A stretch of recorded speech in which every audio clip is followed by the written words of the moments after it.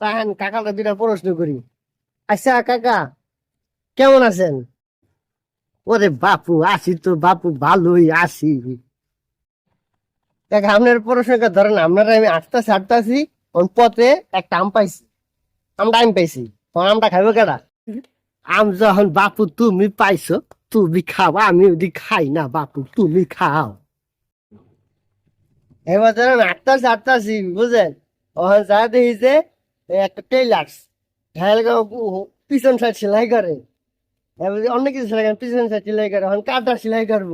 আমি বুড়া মানুষ, আমি সেলাই বেলাই করুম না বাপু, তুমি খাইছো, তোমার পিছন সাইড তুমি বাপু সেলাই করে। এরপরে আমারও তো সেলাই করে দিল। এবার ধরেন একটা নদী পার হইলো, নদীটা পার হইলে তারপর ওই পার হইলে আপনার একটা রাক্ষস আছে, রাক্ষস হইলে পিছন মারে। তখন পিছনটা কার মারবো কন?